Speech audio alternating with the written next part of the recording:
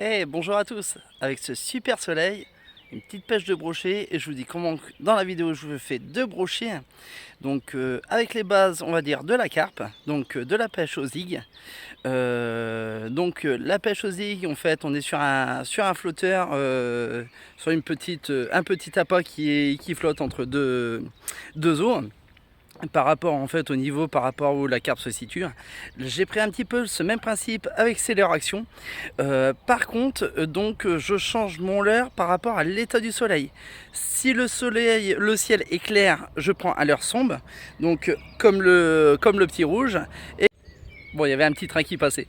Et donc quand le ciel est assez couvert, je prends un leurre blanc. Parce que le leurre blanc va refléter en fait par rapport au niveau de la surface, vu que le brochet regarde toujours ses proies en hauteur, vers le bas, vers le haut.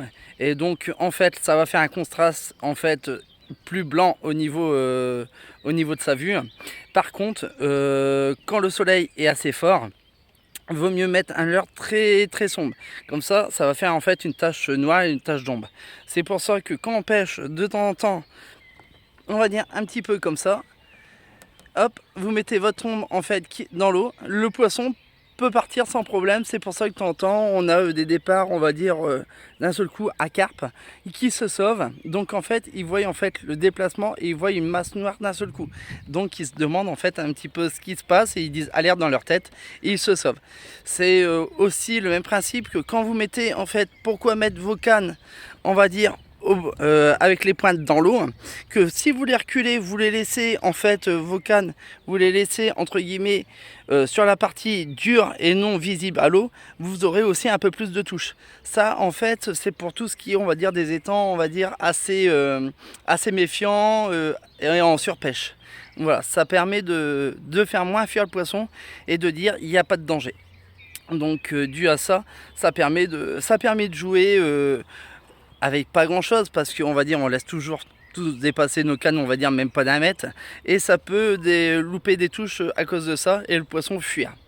Euh, Après voilà, on n'est pas à un mètre près, de toute façon la ligne on l'a acheté, on peut reculer la canne, il n'y a aucun souci et ça va pas gêner.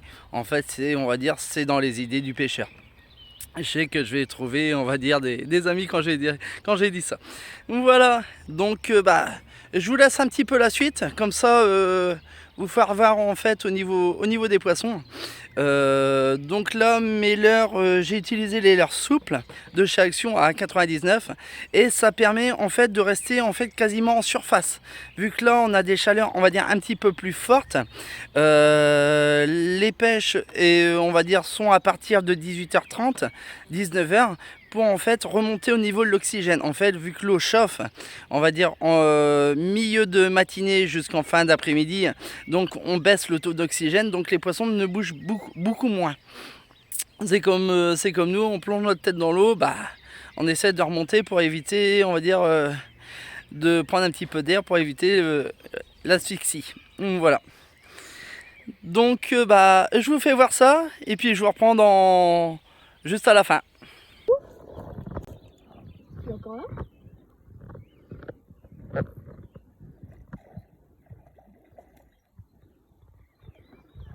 J'ai tapé deux coups.